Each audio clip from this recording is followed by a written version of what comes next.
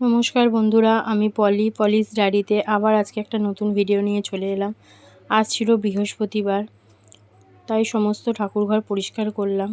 যেহেতু অম্বুবাচী কেটে গেছে, তাই সমস্ত ঠাকুরকে ভালো করে পরিষ্কার করে নিলাম। আর যে রথটা বার করলাম দেখলেন, ওটা আমার মেয়ের রথ। কালকে রথযাত্রা, তাই রথটাকে একটু পরিষ্কার করব, নতুন কাগজ লাগাবো বলে বার করে নিলাম। বৃহস্পতিবার ছিল বলে সমস্ত ঠাকুরকে মালা পরিয়ে দিলাম।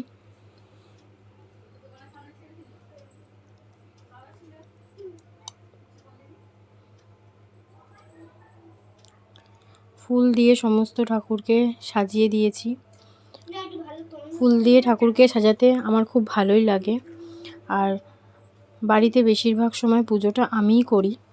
আমার যদি কোনো সমস্যা থাকে বা কোথাও যাই, তখন আমার শাশুড়িমা পুজো করে। আজকে বৃহস্পতিবার বলে মা লক্ষ্মীর ঘরটা বসিয়ে নিলাম।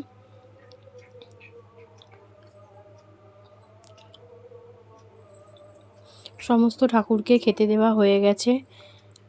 লক্ষ্মী ঠাকুরকে আমি বৃহস্পতিবার হলে মা লক্ষ্মীর জন্য চিড়ের প্রসাদই দিই।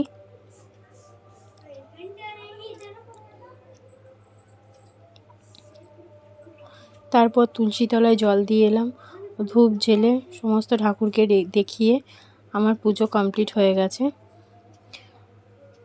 বিকালবেলা ছাদে এসেছি রথটাকে সাজাবো বলে, দেখি বৃষ্টি পড়ছে, তাই বারান্দাতেই বসে পড়লাম মাদুর পেতে। তার সঙ্গে 2 কাপ চা করে নিলাম। চা খেতে খেতে রথটাকে সাজিয়ে নিলাম। কাল যেহেতু রথযাত্রা,